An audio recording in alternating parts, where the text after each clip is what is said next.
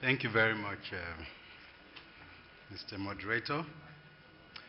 Distinguished ladies and gentlemen, I have been given the task of presenting to you ECOWAS 40 years later and the Vision 2020, taking stock of achievements, looking at challenges and priorities from 2015 to 2020. I'm going to modify that slightly and talk about learning and adaptation. Because if we want to talk about achievements here, then definitely we cannot spend 20 minutes. We'll spend the whole day because ECOWAS has achieved so much in 40 years. So I think the logical thing to talk about would be what have we learned in those 40 years and how have we been able to adapt to changing circumstances. Now, within the context of the ECOWAS 2020, I'm going to tell you a little bit about the revised treaty. I know that a lot of us seated around this room are aware of the fact that the operations of ECOWAS is guided by a treaty, and that is the revised treaty of 1993. But I'm sure not all of us know why this treaty was revised. So this is an opportunity to do that. I'm going to also talk about the main programs of ECOWAS, what I would call the flagship programs of ECOWAS, the institutional development process, the current status of the regional economic cooperation and integration agenda. And I'm going to also inform you that at some stage there was a rethink of the ECOWAS agenda, and that rethink came in the form of ECOWAS Vision 2020. And then I'll make brief remarks about lingering challenges, and I'll conclude. Now, the treaty for the creation of ECOWAS was signed in May 28, 1975. That's the Treaty of Lagos. Now, ECOWAS means so many things to so many people. ECOWAS is a group of 15 countries that lie in the West African region. ECOWAS is also an organization of member states within this region. ECOWAS is involved in economic cooperation and integration. I need to make that emphasis and that distinction. There are some regional integration arrangements that are purely focusing on integration. Some are purely focusing on cooperation, but the ECOWAS development agenda focuses on both cooperation and integration. In the years that preceded 1975, there was a wave of economic cooperation around the world. So it became a trend. Most regions were coming together in an integration arrangement to foster and accelerate economic development and social progress, to promote harmonious growth of contiguous states in West Africa. And this is because also that the member states of West Africa at that time were convinced that the integration of these member states presents a much viable option for self-reliance. And so the driving force was to ensure that there was economic and social development, and there was also self-reliance. Of course, the aim, we all know, as was read by the representative of the Permanent Secretary, it was encapsulated in that statement. But we want to note that at the beginning, at the onset, there were 16 member states. Mauritania withdrew in 2000. Cape Verde joined in 1976. So currently, ECOWAS is made up of 15 member states. I don't need to name them because you know them. Now, the treaty was revised in 1993. Why was it revised? First, it was to adapt to changes in the international economic environment. There were so many changes which I don't want to go into. Now, the region needed to modify its strategies in order to mitigate the externalities arising from globalization. And second, there was the intention of extending the Common Market Program to adopt the incorporation of, or to incorporate the adoption of a common economic, socio-political, and cultural policies. That was when cultural integration became prominent in the agenda of ECOWAS. Again, there was the African Economic Community Treaty of 1991. So some provisions within this treaty needed to be incorporated in the revised treaty. Another point was that there was a recognition that integration policies and programs were influenced by the prevailing economic conditions in its member states. So these economic conditions had to be taken into account. And most importantly, the 1975 treaty did not make any statement on the creation of a monetary union. The revised treaty of 1993 made a definite statement on the creation of a monetary union.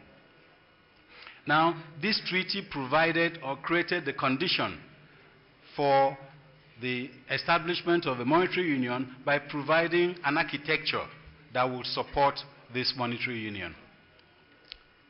At the onset, there were 5 cardinal programs, what I would call the flagship programs of ECOWAS. The main aim was to promote intra-regional trade, reduce transaction costs, eliminate exchange rate risk, boost factor mobility, and enhance investment and growth, thereby reducing poverty. So the first flagship program is the famous free movement of goods and persons. This provides that citizens have the right to live and settle and do business in any part of its territory. However, there have been challenges, a lot of challenges. The situation is getting better. Some notable achievements, particularly the abolition of visas for citizens of member states, the introduction of the ECOWAS passport and ECOWAS brown card. The challenges that are still existing are the existence of non-tariff barriers, absence of a common trade policy.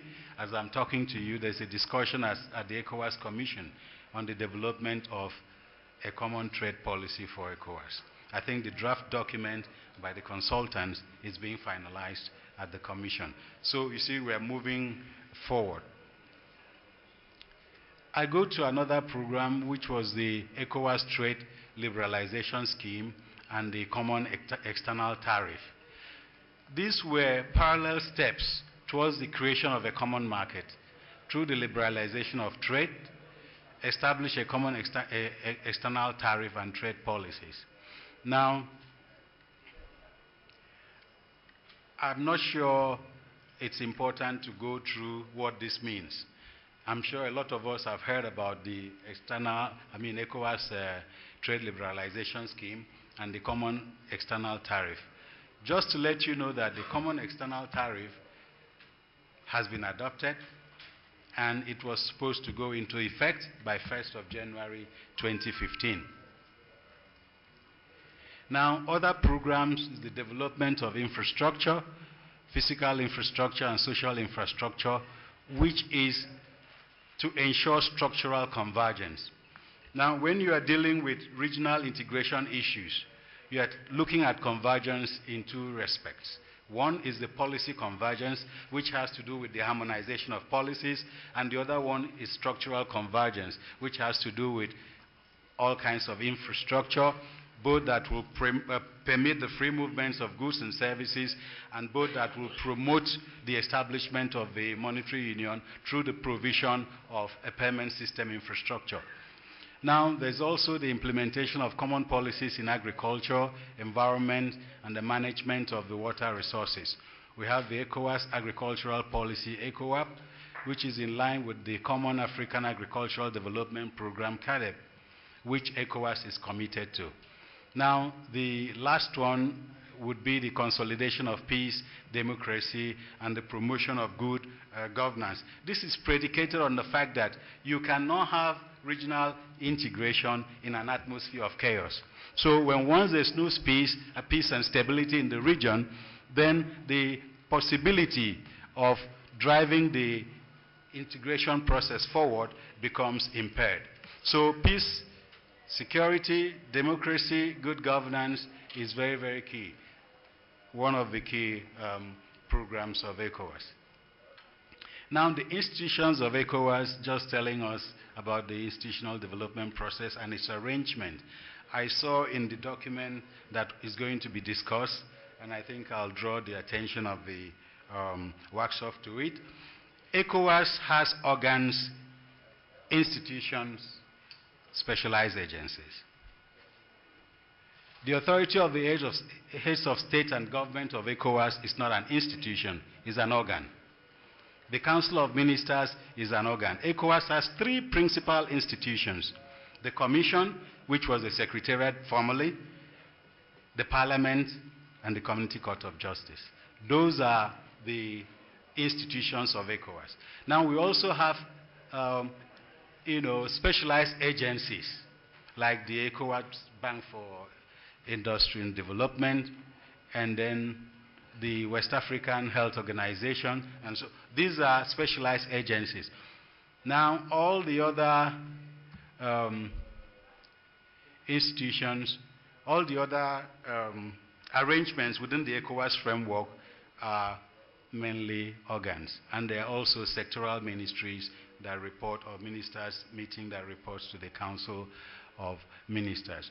If you go to the treaty, the functions are clearly spelled out. Now, another aspect of the institutional development process that I need to mention is the transformation of ECOWAS Secretariat to a commission in June 2006. And of course, recently, just last year, the expansion of ECOWAS Commission from a 9-member commission to a 15-member commission. New institutions and agencies have been created. We have the ECOWAS Center for Renewable Energy and Energy Efficiency in Praia, Cape Verde. We have the ECOWAS Electricity Regulatory Agency, ERERA, in Accra, Ghana. We have the Intergovernmental Action Against Money Laundering, GIABA, in Dakar, Senegal. We have the West African Monetary Institute, WAMI, in Accra. And recently, we also have the West African Institute, is a research arm of the ECOWAS integration project. All this is aimed at deepening regional economic cooperation and integration. Of course, there are new organs, and more will be formed in due course as necessity demands. Now, we are also carrying out a holistic institutional reform that will look at the processes, the staffing, the systems, and so on and so forth within the ECOWAS institutions. We're building capacities, new capacities. We are honing existing ones, and we are adapting these capacities. These are all within the framework of the institutional capacity building process. Now, these developments are all intended to make the Commission and its institutions a pace setter and a model in regional economic integration management in Africa. Where did I get this from? That is the vision of ECOWAS Commission. The vision of ECOWAS Commission is to make the Commission a pace setter and a model in regional economic integration management in Africa. And I can assure you that up to date, we are playing that role. We are leading and we are setting the pace in so many aspects of regional economic integration. Now, I want to talk briefly on what I call institutional capacity guidepost, what has been guiding the institutional capacity development process. We are forging alliances with external development partners and synergy with regional, governmental, and non-governmental organizations. This is a deliberate strategy. So when I mentioned earlier in the morning that we hold regular consultations with Wacsof, it is in this spirit of strategic alliance. And we also have the annual development partners meeting and the quarterly capacity building meetings with development partners. Now, what has been the current status of the ECOWAS integration process? Let me start with the monetary union. You recall that at some point, the heads of state and governments came together and adopted a two-track approach to monetary integration by setting up a second monetary zone, which is called the West African Monetary Zone, made up of 6 member states. An interim institution, WAMI, was set up. Now, it was anticipated that by 2003, the West African Monetary Zone will have a single currency. Now, that was postponed to 2005. It suffered a second postponement in 2005. It also suffered another postponement in 2009. And these were merely due to the inability of countries to meet the convergence criteria on a sustainable basis. Now, there's always been this fear that monetary integration should take place ex ante, not ex post.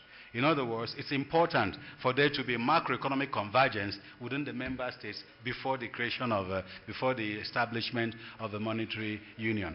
And the monetary union for West Africa, I need to say this, is characterized by a single currency and a common central bank. You know, there are different forms of monetary integration, but the one West Africa, ECOWAS, is adopting is the one that is characterized by a single currency and a common central bank. There's been a revised roadmap going down the line. And we are anticipating that the ECOWAS single currency will come into force by 2020. By this revised roadmap, the idea of having an interim institution and a second currency has been eliminated. So all the member states are working towards having a single currency by 2020. And don't forget that we have 2 monetary zones. So the monetary zones are going to fuse. At the moment, their convergence criteria has been harmonized. So we now have a common convergence criteria. And maybe I should just say that there's been limited improvements in meeting this criteria, but this criteria is important, has to be met on a sustainable basis.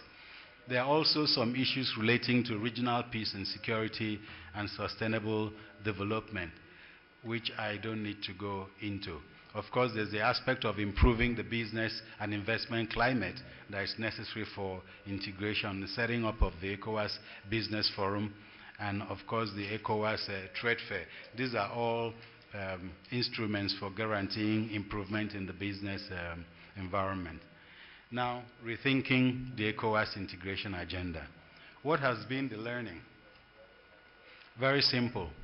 Now, the learning has been in 5 main areas, and I think that is, for me, most critical than even talking about achievements, as I said earlier. First, there must be the capacity to manage regional cooperation and integration. Because regional cooperation and integration is a very tasking business. You need the requisite skill to manage it. There must be coordination, and there must be collaboration and cooperation. Now, there must be improved economic performance to be able to ensure full economic and monetary integration. The social, human, and infrastructure should be developed, human capacities built, and infrastructure developed. Now, the adaptation is recognizing that the activities of ECOWAS transcend several borders, institutions, and interest groups, and that the external environment will continue to change. So there's need to innovate, stretch, and extend the range of its capabilities and functions. We are currently designing a new framework, which is called the Community Strategic Framework. And this Community Strategic Framework takes into cognizance the major global goals and challenges. So this becomes the bedrock for the development of this strategy. We must recognize what is happening within the external environment. And then, as part of rethinking the ECOWAS agenda, the ECOWAS Vision 2020 was adopted. Now, in your documents, I've seen that the vision statement is very clear, but we needed to have this vision because in the past 80-something years before this vision, ECOWAS has been working, but there has been no means of assessing both the impact and the direction. So we needed a clear strategy to tell us where we are going and where we want to end with. Now, there were some rationales for having this vital framework put in place, and the heads of states adopted the vision statement, the vision document, so that we can have a clear direction and goal for our future, shape the destiny of the region for years to come. The question is, what happens after 2020? Now, we have, like I said, developing the community strategic framework that defines the strategies to attain the tenets of the vision. And this community strategic framework will become the engineering technique to translate the vision into reality, permitting the integration of people, programs, plans, policies, and purposes. Basically, it will leverage on the ECOWAS vision, mission, and its values. It will factor in the economic, environmental, political, social, legal dimensions. The framework will be delivered via a strategic planning process at the institutional levels. All institutions of ECOWAS will refocus its activities to deliver on the framework. Now, there are other issues which has to do with mainstreaming the community strategic framework. We are thinking of mainstreaming this framework into national development plans. And recently we had a meeting with the national planning experts, and the civil society was part of this arrangement. Some recommendations were made, one of which was to set up an institutional framework based on the ECOWAS decision structure, to set up an expert-technical committee for mainstreaming at both the regional and the national levels, and decide on the mandate and agenda for such committee, to institute monitoring and implementation, and to hold regular consultations with ECOWAS. These are the strategies for which we think will enable us mainstream ECOWAS, not only ECOWAS programs, decisions, and protocols. Now there's a proposed framework for mainstreaming which I wouldn't want to go into. But let's look at performance assessment of the Vision 2020. The verdict is that it's too early, but significant evidence in the areas as enumerated below can be found. Program design and implementation is becoming more focused. There's renewed optimism that the program for integration was achievable. The objectives are clearer. There's much awareness as to the resources available and the increasing need for a resource mobilization strategy. There's conscious responsiveness to the dynamic of the external environment, and there's better knowledge of the gaps in economic development that needs to be bridged. There are challenges, and Mr. Moderator, if you permit me, I will say the process of integration in West Africa is irreversible. I thank you. Thanks a lot for that succinct presentation. Please keep. Thanks so much, my predecessor, for really reinvigorating us and making us believe in the ECOWAS project. I think it's important that we believe, not only because we are a very religious society, but because often the evidence before our eyes is that we should not believe, because the indicators are often not in the direction of the visions that we produce. ECOWAS Vision 2020 is a very far-sighted document. It's a very ambitious document, and it has deliverables that are very pleasing to us as people who believe in unity and in progress. We are going to have a borderless region. So all these Wahala crossing boundaries are going to disappear. We are going to be a peaceful region. We are going to be a prosperous region, a cohesive region, and all of this would happen in the next few years. I think is really a great vision. But sometimes you need to do a reality check. A borderless region is a good objective. But which states in West Africa are ready to give up on their sovereignty and control over their territory? What are the steps concretely that are being taken in that direction? A peaceful region, that's what we all hope for. But right now it doesn't look that peaceful. In Nigeria, we have a raging controversy. A raging insurgency, I wanted to say, that's sucking in our neighbors, Niger, Cameroon, Chad. In Mali, we've had the same type of insurgency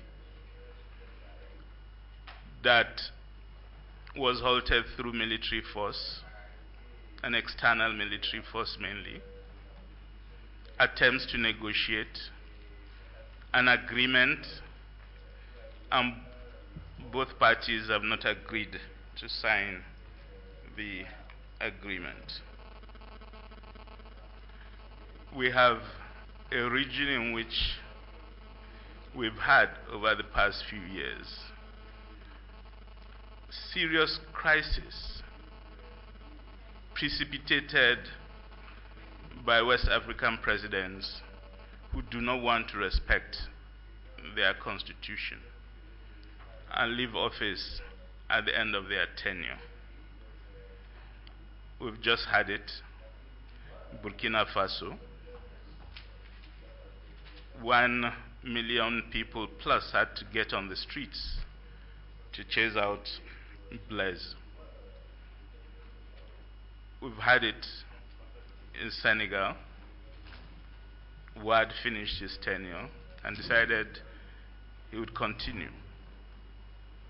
You needed a major movement to throw him out of power.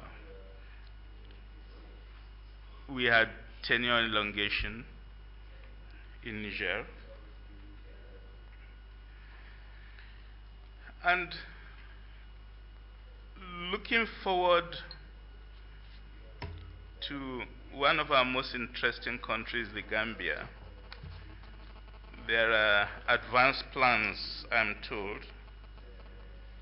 to transform the president of the Gambia into the king of the Gambia. We've just had a court ruling over the wife of Mr. Gbagbo in Côte d'Ivoire. And this is a dynasty that refused to hold elections for 5 years.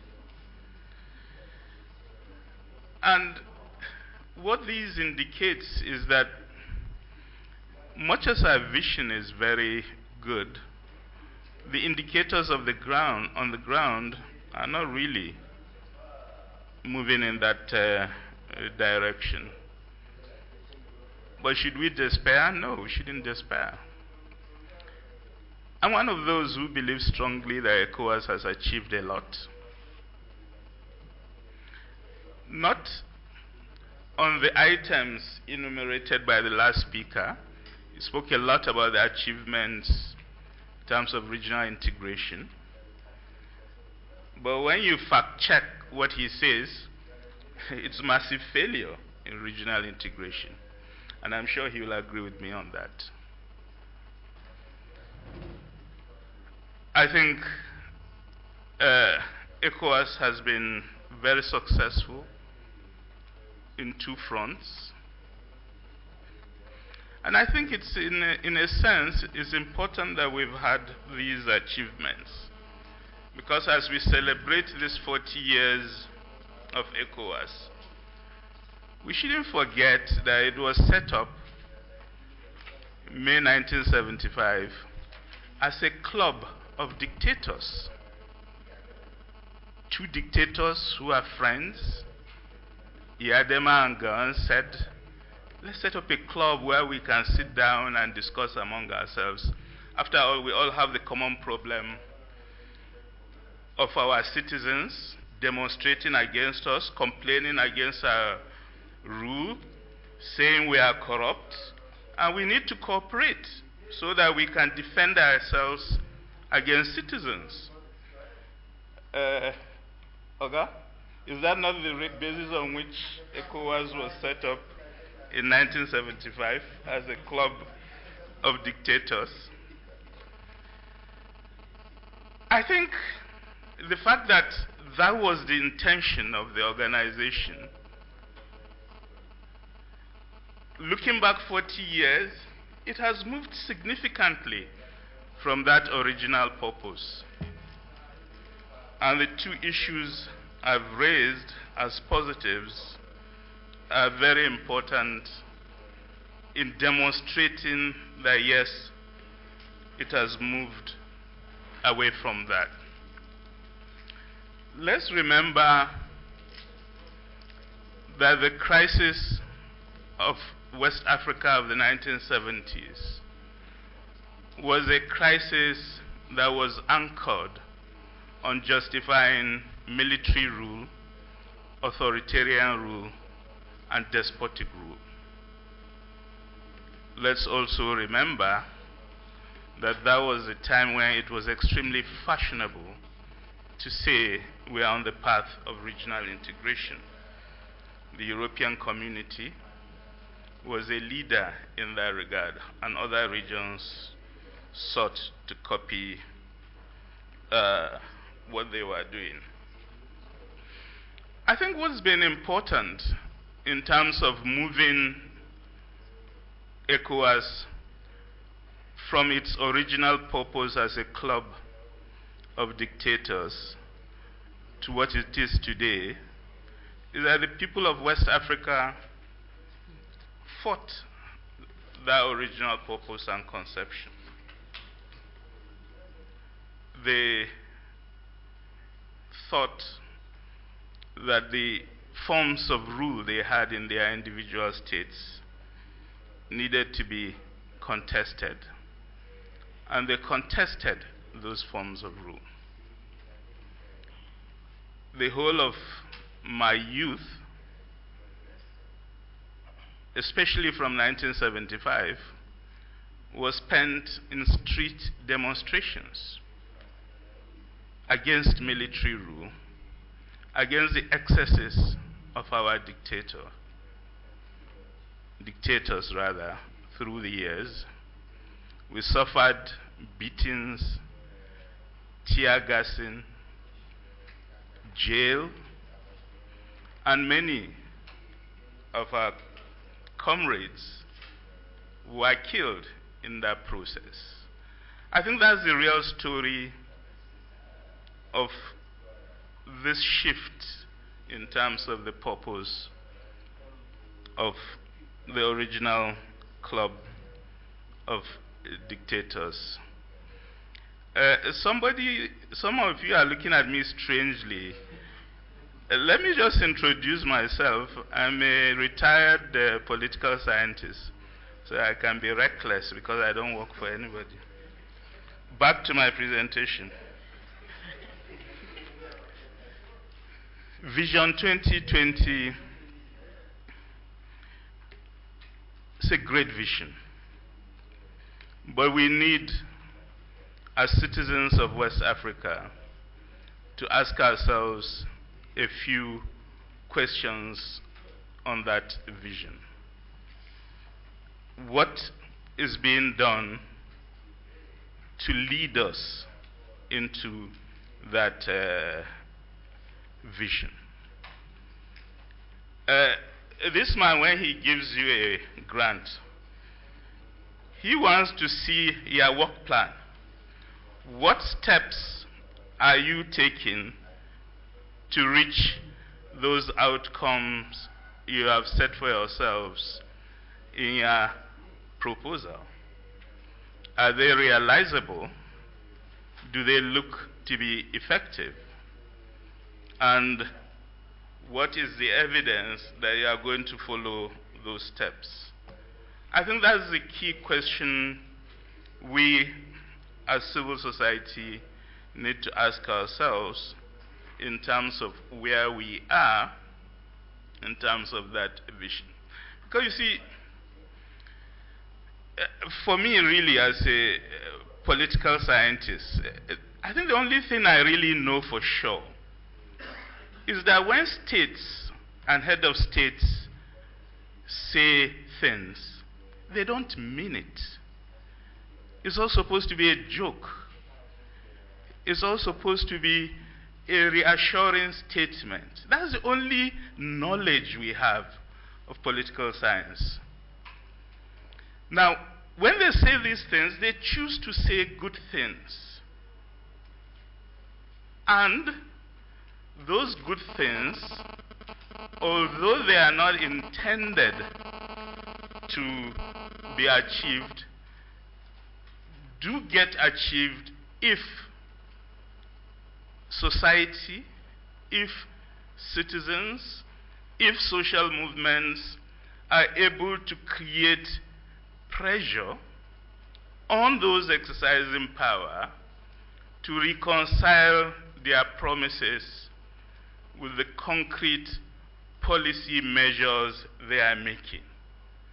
That is, as I say every day on my Twitter, nobody in the history of the world has ever been given democracy.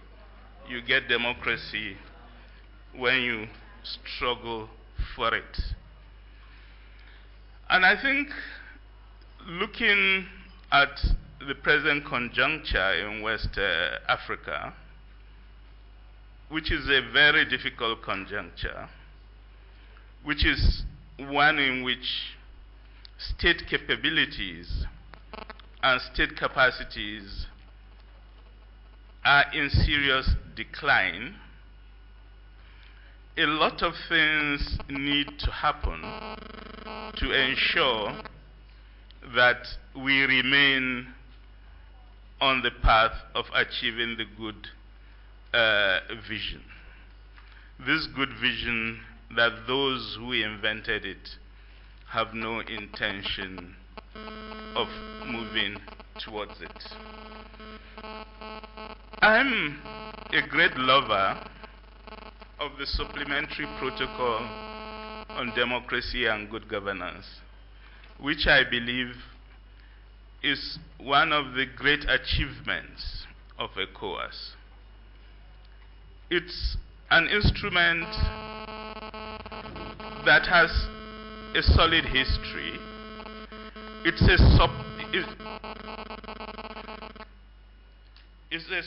a supplementary protocol because it was devised as an addition to the mechanism on conflict prevention and peace building.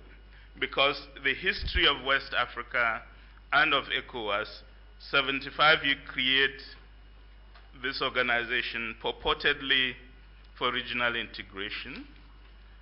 Throughout its history, it never got the opportunity to work on regional integration because it was busy in conflict prevention and peace building.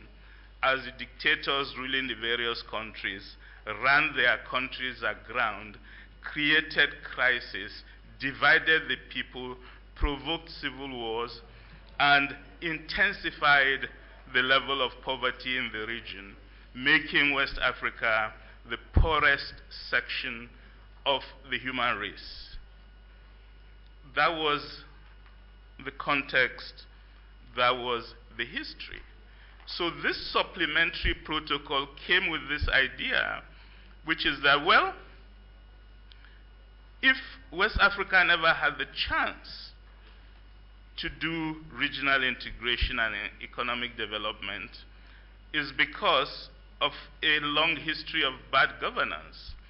The fact that all these dictators who are so corrupt, who are stealing all the resources of their nations, who are oppressing the rights of their citizens, and that therefore you can't have the peace to do economic development and regional integration except if you return to good governance, respect for human rights, and constitutionalism.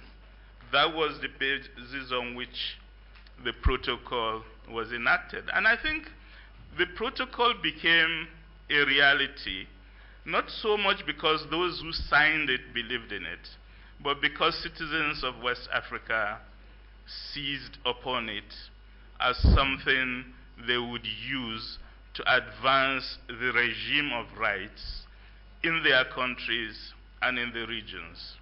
I feel the challenges that were posed to certain regimes based on the use of that instrument were very significant shifts in developing the regime of rights. I think for me, really, the critical period was when Iyadema, the dictator, the first, died, and his son, because he was the son, took over. And that was challenged by the Togolese people that, well, we have a constitution that says power moves from president of the country to president of the National Assembly, not from father to son. And he got very upset when people started demonstrating in the streets of Lome and others.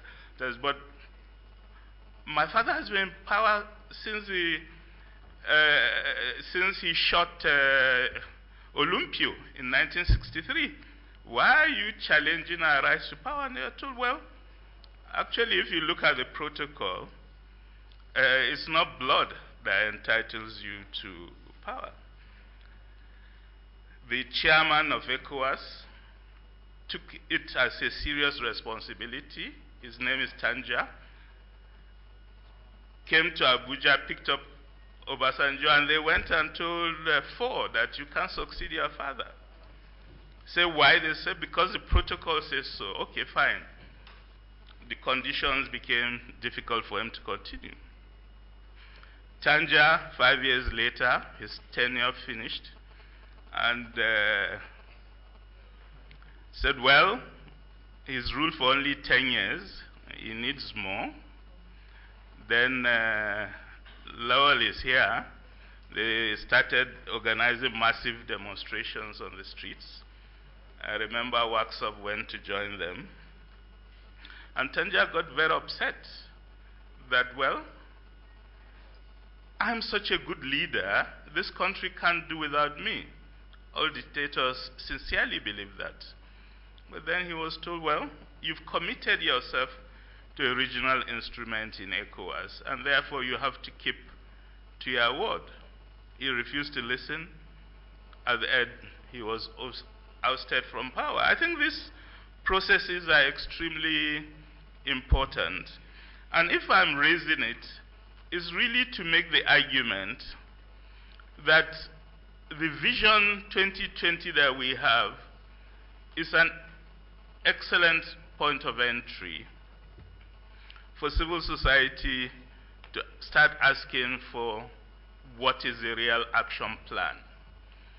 If you are going to move from a West Africa of states to a West Africa of people, what is your program for getting people into decision-making processes at the national level and at the regional level?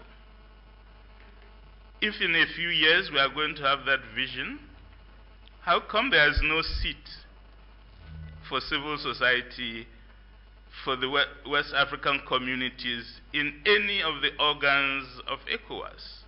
Let's start to see what steps are being taken. And I think it is making those demands about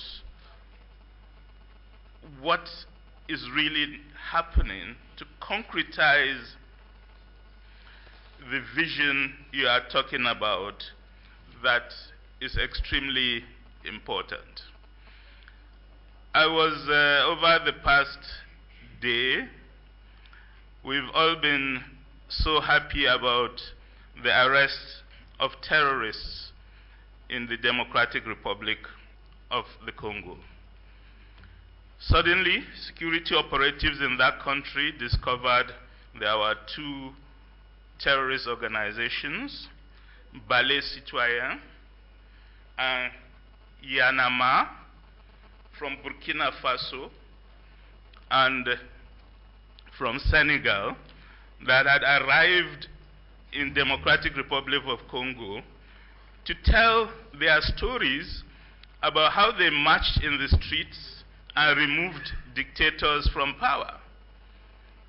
And quite correctly, the state in the Democratic Republic of Congo felt quite terrorized by this idea of spreading the message that citizens can get on the streets, can be actors, can be agents of change, and therefore clamped them into jail. As what the government spokesman was saying this morning on RFE, they are not going to allow these West Africans come and mess up their citizens. Their citizens, well, this one I'm adding, are docile, obedient, and fully oppressed, and they want to keep them that way.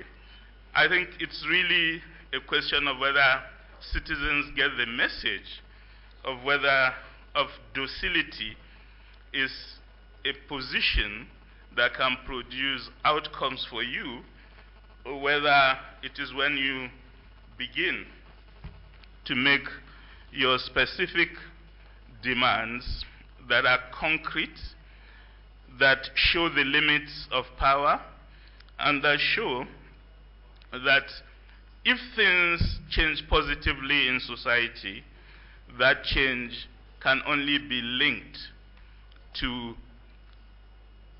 specific things governments, presidents are forced to do against their personal wish and desire.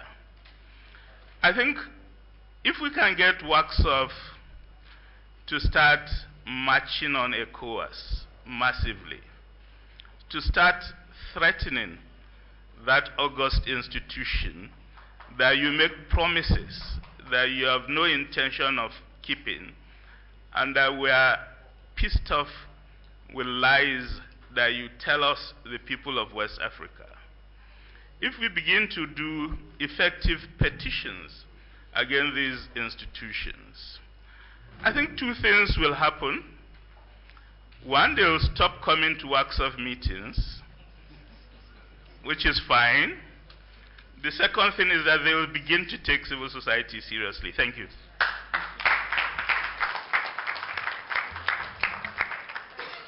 Thank you, Dr. Jibo, for that. At the end of the day, we'll complement the goals and vision for a free, peaceful, democratic West Africa. And we've just seen an example of it.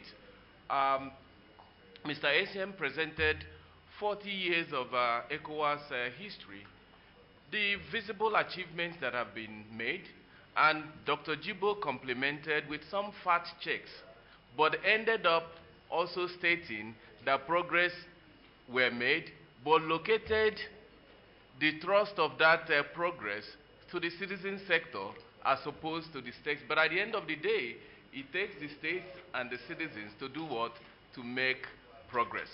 So I'm going to open it up. We have about 20 minutes now to take questions. I'm not going to attempt to summarize what were said, but one critical one from Mr. Essien was, for me, is the recognition that the protocol on free movement of persons and goods was the first flagship of ECOWAS. So in your comments, in your questions, if you have evidence that this has been realized, if you have encountered challenges that you think we need to discuss, and also if you have ideas on how some of these challenges can be overcome, in partnership between the states and civil society. I think is a time to raise them, in addition to other things you had in the course of the section. Thank you. So, as a leftist, I want to begin from my left, so that my constituency will not think I have forgotten them, and then we'll move. Leftist from Ford Foundation, American imperialism. Actually, Ford, when it started, was among the most left-leaning. I take 3 here. 1, 2, 3, 4 there, and then we'll move over here. If we make it brief, we'll have opportunities of taking as many as possible. Merci, monsieur. Entendre la CEDEAO. C'est un peu l'action et la pression qui a été menée en 2010 lorsque des militaires se sont invités dans le pouvoir en Guinée. Et je crois que c'est l'une des illustrations du dynamisme qui a été engagé par la CEDEAO lorsqu'il a été question de rétablir l'ordre constitutionnel en se fondant sur le protocole additionnel de la CEDEAO. Autre élément que je relève et qui est important, et là je rejoins Djibo, c'est qu'aujourd'hui, il y a une certaine action que la société civile est capable de mener et qui a fait ses preuves lorsqu'il a été question de la crise constitutionnelle au Niger, lorsqu'il en a été question en Côte d'Ivoire, pardon, au Sénégal et ailleurs. Et aujourd'hui, nous sommes encore en face de situations de crise imputables au déficit de dialogue dans certains pays de la sous-région. Je veux citer notamment le cas que je connais le plus, c'est le cas guinéen. Et je crois qu'il est encore devenu important que les organisations de la société civile, à l'image de l'action qu'on a menée au Sénégal, au Niger et ailleurs, il est devenu important que nous soyons proactifs.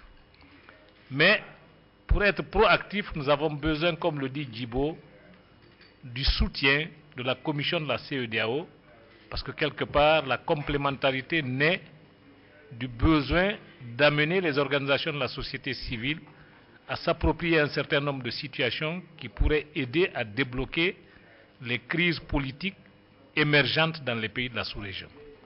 Je vous remercie.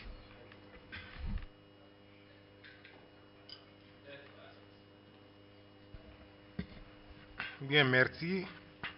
Donc, je remercie les deux intervenants pour la pertinence de leur présentation et surtout sur le volet informatif que requièrent ces présentations. Je voudrais tout d'abord intervenir sur la présentation du monsieur de la CEDEAO, que j'ai trouvé une présentation historique très fouillée. Mais j'étais pratiquement sur ma faim, parce que il y a des politiques sur lesquelles la société civile, notamment le FOSCAO, était impliquée avec la CEDEAO. Depuis un certain moment, on n'entendait plus parler de ces politiques-là. En l'occurrence, le support de la vision 2020, le PCD. La société civile était impliquée dans le PCD, elle a fait un document de sa participation au processus de l'appropriation citoyenne du programme communautaire de développement de l'Afrique de l'Ouest. Et la CEDEAO, quand elle a reçu ce document, semble-t-il, l'a mis dans les tiroirs. Et la CEDEAO, notamment le commissaire Ba qui s'occupait du PCD, semble oublier le PCD et il est sur une politique qu'on appelle la stratégie du Sahel, qui est une politique de l'Union européenne qui a été proposée. Donc nous ne comprenons rien à ce niveau et peut-être c'est pour cela que le monsieur de la CEDEAO a évité de nous parler du PCD. Deuxième élément, c'est la question des APE. Nous sommes quand même 5 personnes ici qui avions arrêté la signature des APE en 2008. et qui avions dit que si l'APE, si les APE ne sont pas signés par la CEDEAO, c'est pas que le ciel va nous tomber sur la tête. Mais nous aurions appris qu'ici à Abuja, en décembre dernier, certains de nos chefs d'État, en tout cas notamment 10 chefs d'État, ont à huis clos, semble-t-il, signé les APE. Nous voudrons avoir l'information officielle auprès de la CEDEAO. Est-ce que les APE ont été signés par les 10 États, les paiements, les pays les moins ou les plus pauvres de la Terre, qui font partie de la région qui ont signé le document, dont notamment le Niger. Proposition. Ma proposition, c'est par rapport à ce que j'appellerais la prévention diplomatique. Il y a des mécanismes d'alerte précoce au niveau de la CEDEAO. Ces mécanismes sont lourds à être mis en œuvre. Et on attend jusqu'à ce que ce qui arrive au Burkina pour que la CEDEAO se transporte au Burkina. Alors que la CEDEAO a des mécanismes pour faire la prévention diplomatique. La CEDEAO peut aller préévaluer la situation. La CEDEAO ne le fait pas. C'est quoi le blocage? Est-ce que c'est entre l'institution ou le politique? Je voudrais avoir une réponse à ce niveau. Parce que la société civile FOSCAO a travaillé dans le processus aussi d'alerte précoce de la CEDEAO. Où est-ce qu'on en est par rapport à ce mécanisme? Maintenant, une question pour Jubo. Pour Jubo. C'est pas les deux interventions? On n'intervient pas sur les deux présentations? Ah, ok, très bien. Ok, je vais prendre deux secondes. Hein. C'est pour Jubo. Je suis sincèrement d'avis de ce que Jubo a dit. Parce qu'au fait, il faut aller au-delà du discours, de la rhétorique, pour parler du langage citoyen. Et ce que Jubo a dit, c'est ce que les citoyens de l'Afrique de l'Ouest pensent. Ce n'est pas de la rhétorique, ce n'est pas un peu du discours philosophique que l'on fait sur les questions du droit. Non, c'est des cas précis. Et je pense que nous en avons assez de faire des réunions purement politiques, théoriques ou théorétiques. Parce que ici, là, à Abuja, on a au moins 20 ans d'expérience de débat. Il nous faut aller concrètement vers des réponses précises aux questionnements du citoyen de l'Afrique de l'Ouest. Je vous remercie pour le moment. Je vous remercie. Porte sur la vision de la CEDEAO 2020. Jusqu'à ce moment précis, je ne sais pas si le citoyen moyen, le citoyen lambda, connaît le vocabulaire de cette vision-là. Qu'est-ce que c'est la vision 2020? Je pense qu'il est très important qu'on puisse s'approprier cette vision-là, parce que nous pensons qu'une vision ne se décrète pas au niveau du sommet, mais cette vision doit être portée par les populations qui doivent lui donner du contenu. Et donc, je pense qu'on doit avoir un mécanisme permettant quand même d'avoir une appropriation par les populations de cette vision pour qu'elles puissent apporter ce qu'elles ont à apporter. Ça, c'est la première chose. La deuxième chose, c'est par rapport à ce que nous voulons faire au niveau de la CEDEAO. Nous avons jusqu'ici mis notre focus sur l'intégration économique. Mais nous savons qu'il y a des dimensions politiques qui font que notre sous-région ne fonctionne pas bien. Je crois que M. Ibrahim, Dr Ibrahim a suffisamment parlé de ça, sur les crises au niveau interne, notamment au Togo. Le 15 avril prochain, le Togo va aller encore aux élections. Et au niveau de notre pays, c'est une grande tension. Et donc je voudrais savoir s'il y a quand même des mécanismes pour pouvoir anticiper ce genre de problèmes. Parce que tout le monde sait, je crois que ce n'est pas méconnu de personne ici, que la situation va être très tendue. Mais qu'est-ce qu'il y a comme mécanisme pour éviter ce genre de choses? Est-ce qu'on ne pourrait pas aller au-delà de se satisfaire de ce que tous les pays définissent leur constitution et avoir quand même une limitation de mandat, par exemple, au niveau sous-régional, au niveau de la CEDEAO. Je sais qu'au niveau de l'UEMOA, la plupart des pays de l'UEMOA, il est prévu qu'aucun président ne peut faire plus de 2 mandats. Est-ce qu'au niveau régional, au niveau de la CEDEAO, on ne peut pas avoir une limitation de ce genre pour éventuellement éviter ce genre de problèmes? Je vous remercie.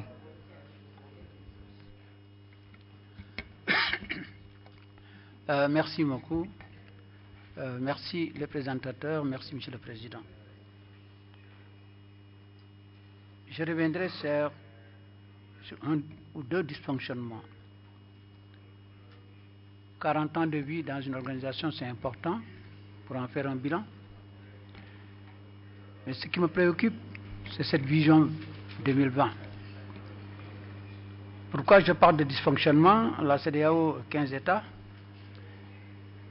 Et il me semble que chacun de ces États est en train d'avoir une vision. Est-ce que vous en tenez compte? Si je prends le cas du Sénégal, d'où je viens, où je constate qu'il y a une vision 2035. Et cette vision 2035 pourrait être un élément fondamental dans la vie de cette nation. Est-ce que l'état des lieux de ces 40 ans par rapport aux différents États, par rapport aux thématiques qui seront abordées, vont vous permettre quand même de trouver un lien pour avoir au moins une vision qui serait une vision 2020, mais qui concernerait les 15 États. Il ne faudrait pas que ça soit une vision sectorielle qui ne tienne pas compte de ce qui se passe ailleurs. C'est extrêmement important. Sur le plan des dialogues, j'insiste sur le fait du dialogue sur la sécurité et sur la justice. Mon ami de tout à l'heure a soulevé le cas du Togo. Nous avions eu la chance ou la malchance, il y a de cela 10 ans, en 2005, de participer déjà à la prévention de ce qui devait arriver au Togo. Heureusement, les choses ont changé, il y a eu un gouvernement. Et très prochainement, il va y avoir les mêmes élections.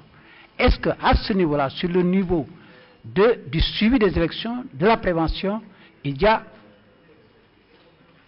un bilan qui sera fait? C'est extrêmement important. L'Afrique est opposée à une sécurité, à une absence de dialogue. Je crois que sur le plan du dialogue, c'est important. Relation avec la société civile, c'est important. En tous les cas, la société civile africaine est en train de faire de son mieux. Mais on est encore sur la traîne. Pourquoi? Parce que très souvent, les grands dossiers sont mis sur la table, mais la société civile africaine est aujourd'hui disloquée. Notre ami de tout à l'heure a parlé de ce qui se passe aujourd'hui au Congo-Brazza, au Congo-Kinshasa. C'est important, mais c'est le même phénomène pourrait intervenir ailleurs. Je crois que la CEDEAO devrait pouvoir aussi ouvrir les vannes pour pouvoir discuter sur ce plan-là. Je vous remercie.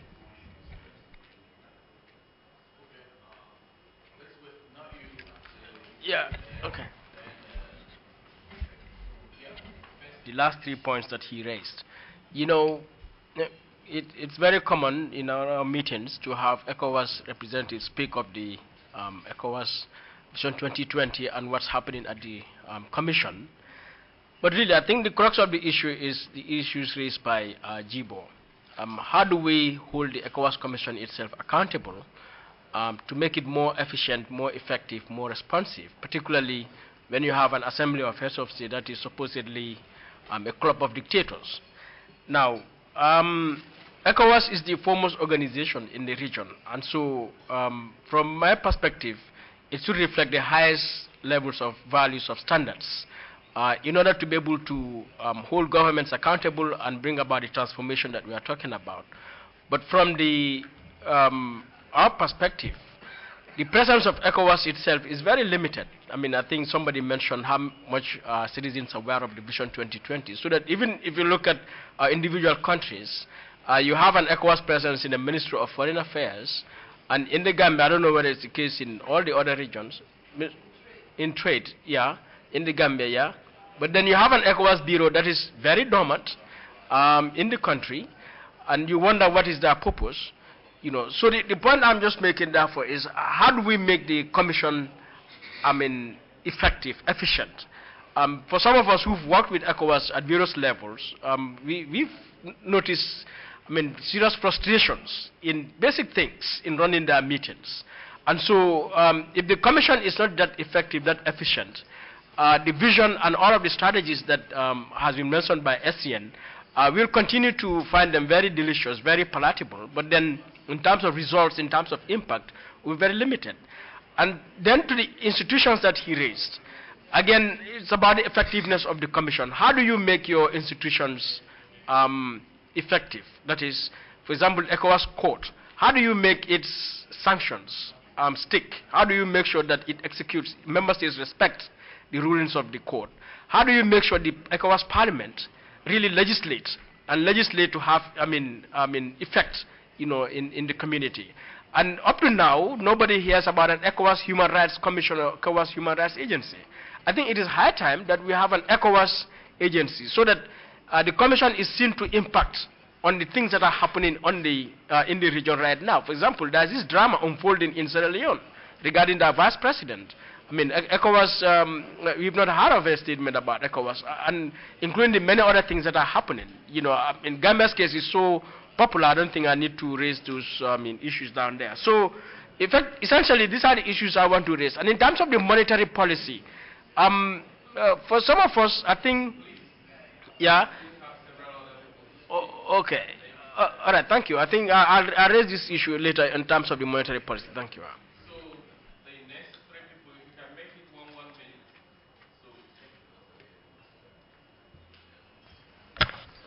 1 minute. Bonjour tout le monde, je suis Bari Abibata. J'estime important de me présenter parce que j'ai en face le nom de ma directrice que je représente ici.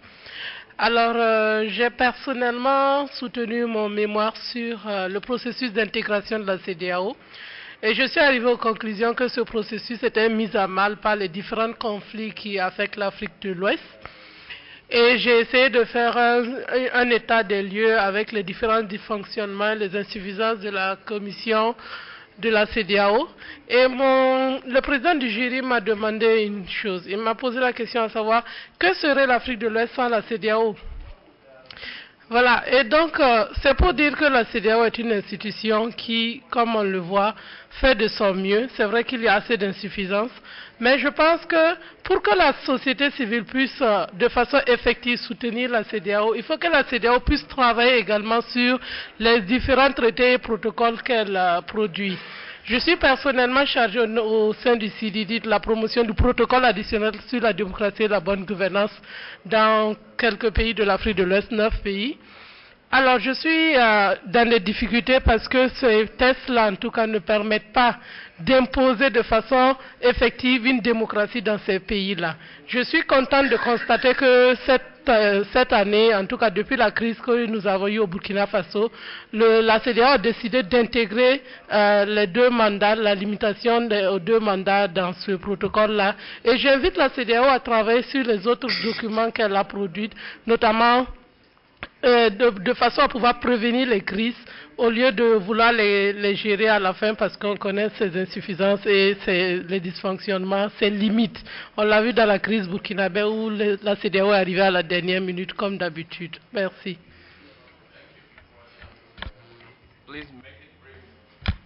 Merci, Monsieur le Président. Je voudrais d'abord commencer par une proposition en disant que ce cadre de discussion entre la CEDEAO et la société civile, si on peut l'institutionnaliser comme ça, nous allons avoir l'occasion de poser des questions directement aux responsables de la CEDEAO et ça leur permettra de réorienter leur politique.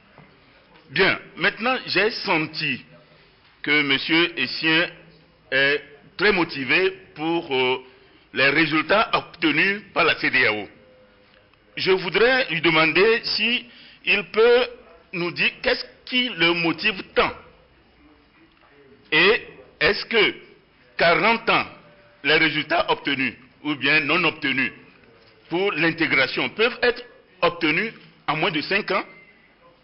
Il y a le marché commun, il y a la libre circulation, la consolidation de la paix, la démocratie, etc. Est-ce qu'en moins de 5 ans, pour atteindre cette vision, on peut? Qu'est-ce qui le pousse à le dire? Et finalement, pour la vision 2020, je crois que la CEDEAO veut aller vers la CEDEAO des peuples. C'est-à-dire on veut ramener les choses au niveau de la population. Ça veut dire qu'il y a eu un constat. Et au niveau institutionnel, la CEDEAO ne peut pas le faire. C'est les organisations de la société civile qui doivent être ce mécanisme pour apporter ces politiques au niveau de la base. Mais on sent qu'il n'y a pas cette collaboration qui devrait être mise en place pour l'atteinte de ces objectifs. Est-ce qu'ils ont fait une analyse pour savoir pourquoi il n'y a pas cette collaboration effective entre les deux institutions? Je vous remercie.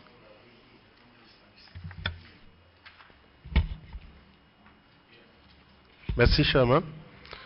Bon, je remercie les communicateurs, surtout CEDEAO et M. Djibo.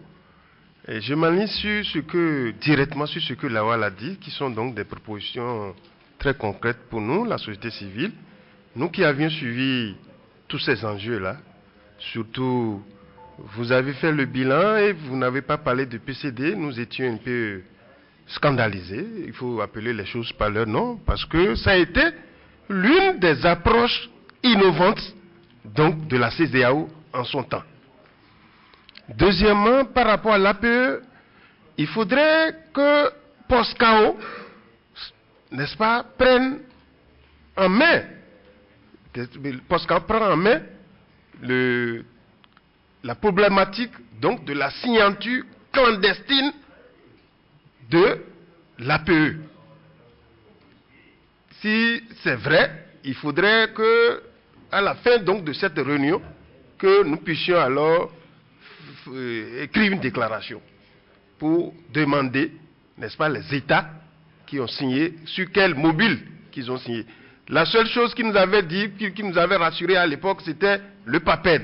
Et ça fait partie donc des discussions que nous avons menées jusqu'à ce que le PAPED n'a pas eu une enveloppe neuve, parce que le PAPED était reposé sur des fonds recyclés, et que la société civile avait dit non en son temps. Troisième chose, c'est par rapport à Foscao lui-même. Je crois que Foscao nous avait réveillé les États, et disons dans le dernier trimestre donc de l'année 2014, et on nous avait dit bon, il y aura le forum du peuple et que nous allons essayer donc remettre les choses au pas et disons avoir une direction commune au niveau donc des États. Mais jusqu'à présent, ce forum n'est pas venu. Et j'ai l'impression que Foscao a été infecté par la machine donc de la CEDEAO qui a un moteur diesel. La CEDEAO fait donc des propositions concrètes, pertinentes, mais dans la mise en œuvre, ça pose problème au point où l'UMOA, des fois, récupère ces propositions et met ça en marche. Quand est-ce que nous allons quitter ces stratégies? Parce qu'il ne nous reste que 5 ans pour aller à 2020. Est-ce que en 5 ans que nous allons créer une monnaie commune? Est-ce qu'en 5 ans, nous allons évaluer les politiques, les autres mécanismes que nous allions expérimenter? Voilà toute ma problématique que je suis en train donc de poser. Merci. I'm going to take the last two persons. Not reinventing the wheel, but commending the presenters. It's a refreshing presentation on situations and issues in our region, especially when it comes to ECOWAS and also looking at civil society. For me, the interesting bit in this meeting is that the two bodies, the two institutions or organs, or what you call them, responsible for the development of West Africa are meeting here today. And we should not go empty. We should look at how the two bodies can come out with implementable resolutions. The reason I'm saying this is that it goes now to ECOWAS. I fully well believe in the process of integration. And as you said, it is irreversible. Yes, it should be irreversible because this is what we need in West Africa. But then there are many problems relating to integration. How do we ensure that we take care of these problems and these challenges? We should look at not only at ECOWAS level, but also civil society, because it is these two groups that would build West Africa. The 5 cardinal program flagships you talked about, integration, free movements of goods and persons, we know what is happening on the ground is different from what we have up there. We know that I will commend ECOWAS for being very good at thinking and bringing out issues, but then at the implementation level, most of the time there are gaps. The gaps I'm talking about is the understanding of the average citizen as to what ECOWAS is, the legal instruments that ECOWAS have. You talk to the average citizen, they do not even know what the policies are, what the protocols are, irrespective of their rights. You travel just from one country to the other. We have been traveling, and the sufferances or what you meet at the borders are just too terrible. And these are people, security personnel, people working for government institutions. And then the person traveling is also a citizen. But then even your rights are not recognized. They are not, they are not even functioning, as you can see. How do we bridge this gap between people at the top and the micro level? The macro is there, they have all the policies, everything is well written, everything is well presented, but it is not known, it is not recognized, it is not respected. Today, I think these are the things that this meeting should look at, both ECOWAS and civil society, because civil society also has a role to play. You come here to represent your people. How ready are your people? How prepared are your people? What do they know about what is happening? How rich are they in terms of knowing their rights and having it in the palms of their hands? So I believe it's a responsibility for ECOWAS and a responsibility for civil society to take up these challenges. So my question now is, what do we do to meet these challenges together that ECOWAS is facing? How do we ensure that we reach people at the lower level with information, we conscientize them, we build up their knowledge base, and we widen their horizon? Thank you.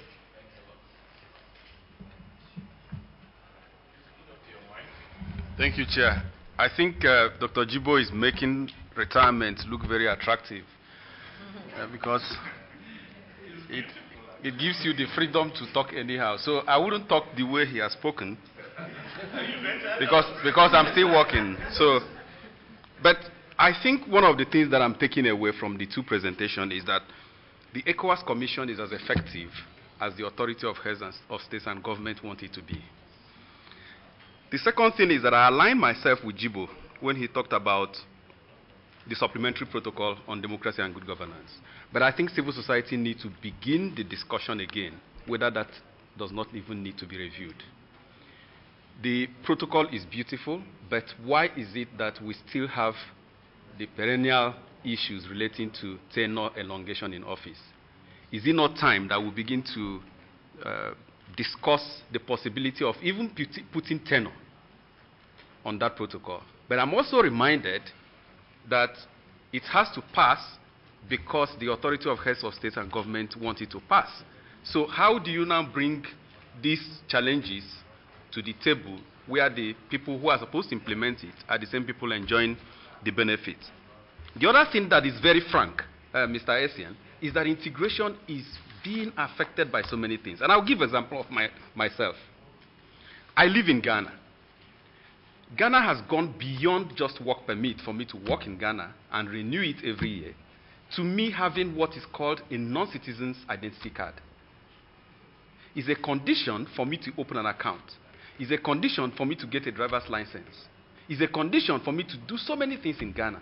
A non-citizen's identity card. And it is so bad that the difference between what I have and what a Chinese have is my name. The same card.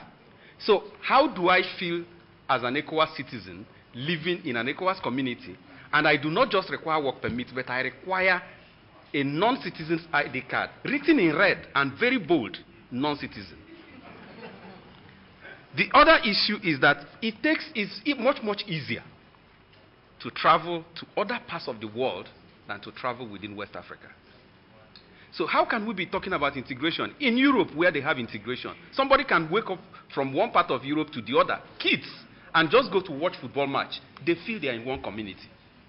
For us to travel, it's much difficult to go from Lagos to Dakar than to go from Lagos to New York. It's much easier. So when we talk about this integration, we now feel it is only on paper, and because it is very beautiful to talk about. What about the trade, the common markets we're talking about? If you look at the statistics of trade between West African countries and between West African countries and other countries in the world, you'll be amazed at the difference in statistics.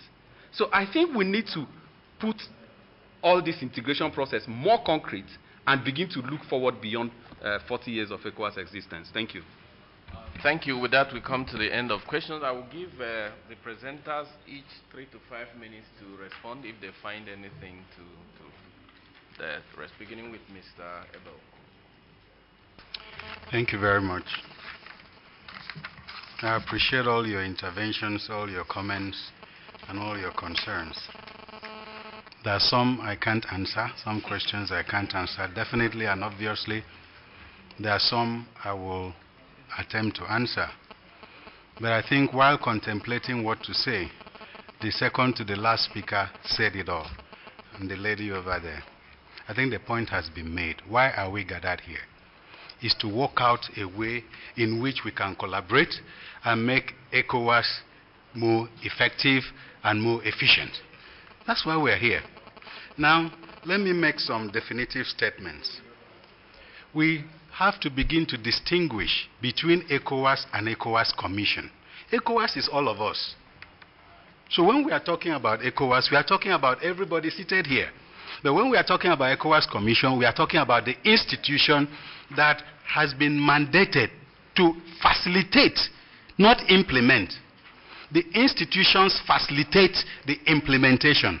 In other words, they throw up the issues, they draw up the programs. The implementation is in the member states. So if you go to the borders and you are having challenges, that's not the problem of ECOWAS Commission. It's the problem of the member states that are signed to a protocol and have refused, or for one way or the other, to implement it. So it's not ECOWAS Commission. It's the member state. What is agreed at the regional level should be implemented at the member state level. Now, while we're talking about this framework, how can we make it more efficient? There's a framework for the collaboration itself which should be established. Let us also note that ECOWAS Commission is 6 years old. ECOWAS Commission arose out of the same inefficiency and ineffectiveness and poor mandate that we are talking about.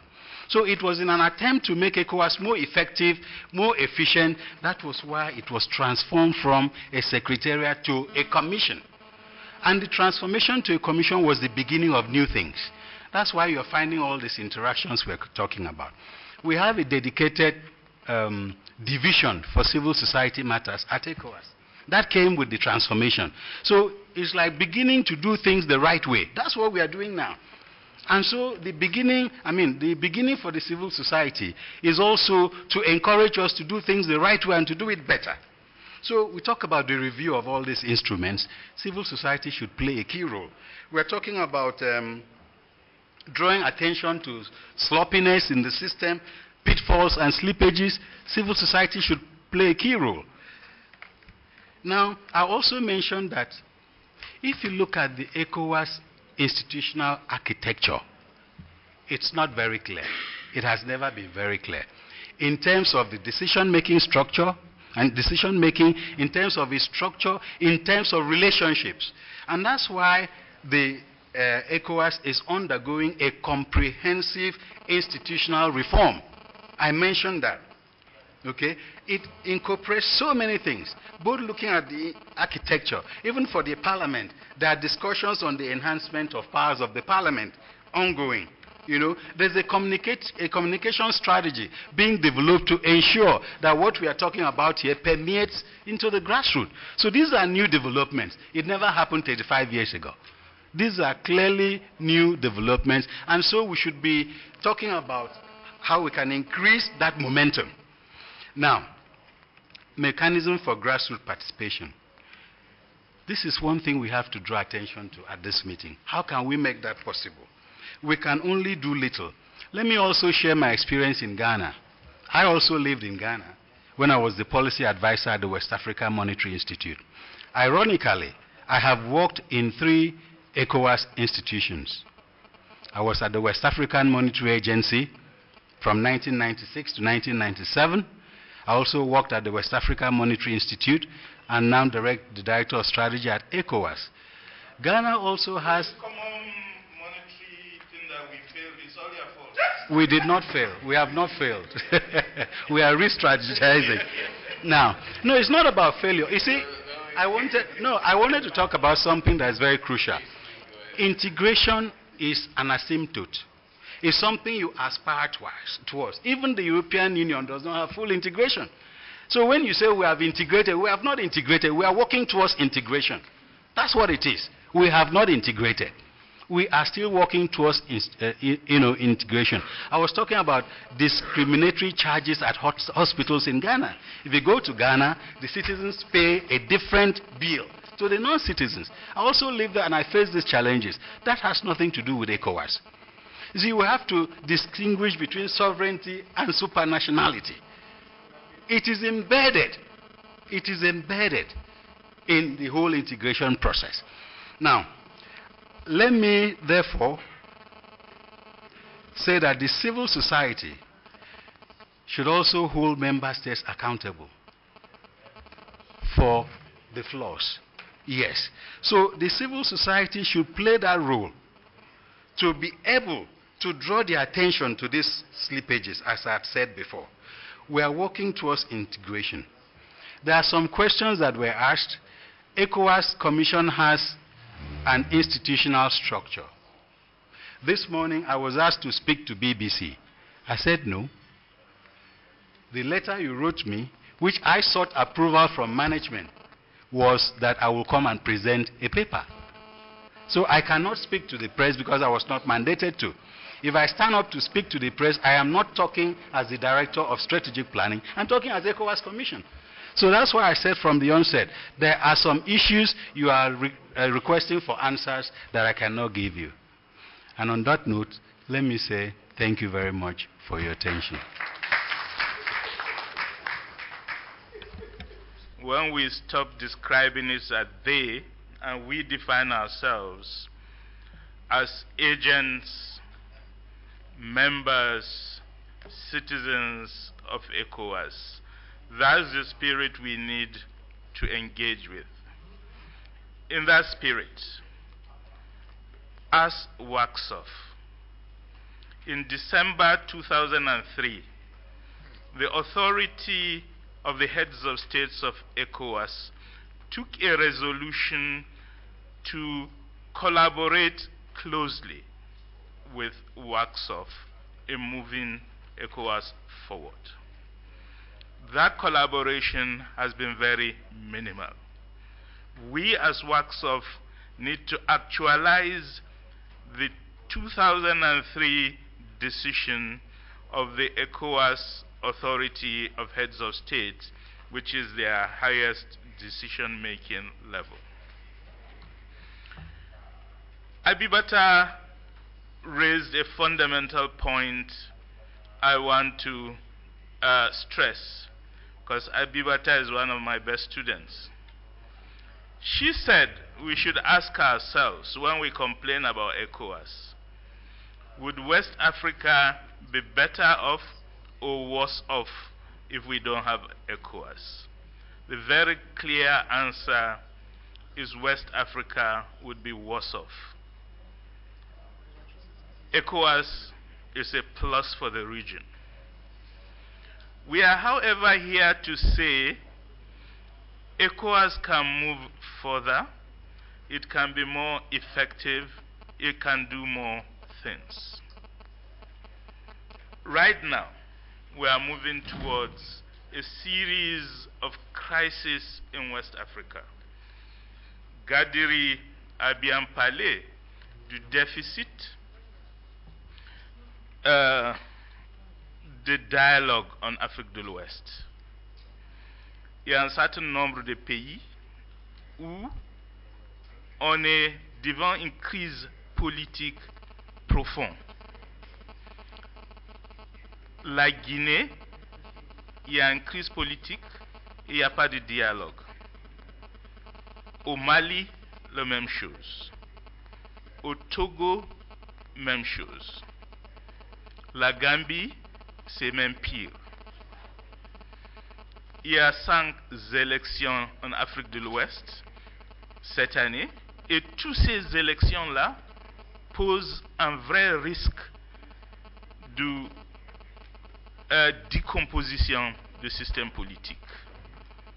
On peut dire que les challenges d'existence qui est posé à l'Afrique de l'Ouest d'aujourd'hui est le plus aigu dans l'histoire de la région. C'est dans ce contexte-là que cette question de la diplomatie préventive posée par Lowell est extrêmement importante. Il y a une réalité dans cette région. Cette réalité est que souvent, les crises politiques sont fabriquées par nos chefs d'État. Et dans ce cas-là, il est difficile pour la CEDEAO en tant qu'institution de répondre à ces crises politiques qui sont posées. Et c'est dans ces cadres-là que la société civile peut être un vrai relais pour faire les choses que notre institution commune, la CEDEAO, ne peut pas faire, et que certains de nos chefs d'État ne sont pas prêts à accepter parce que c'est les gens qui n'ont pas croyance dans la vision de la CEDEAO. Je pense, à partir de cette réunion, il faut faire les demandes claires à la CEDEAO. Ça fait 13 ans que l'autorité des chefs d'État ont pris une décision de travailler de près avec le FOSCAO. Jusqu'aujourd'hui, on n'a pas vu cette volonté de travail en commun. Il faut faire la demande et il faut le faire avec insistance. Et peut-être avec cette insistance-là, on peut avoir des progrès. Merci.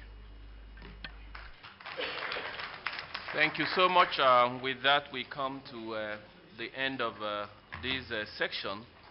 If there is any takeaway for me here, it's lunch, and the question that is not a we and they situation, that civil society groups and the ECOWAS Commission need to work together, but we need to create a framework for that. One is to pursue the establishment of a framework within every treaty of ECOWAS that enables the state to file periodic compliance reports and also enables citizens, CSOs, to file alternative or shadow reports, because the fact check we got from Jibo and the presentation from Mr. Ebel has created, Mr. Sien, has created a richer understanding of what is going on within the commission. And if Wacsof can facilitate that, it will be important and good for all of us. And also, there may be need to create an annual ECOWAS forum, CSO forum, that will bring all stakeholders, CSOs, government partners working in the region together to begin to have this health check discussion.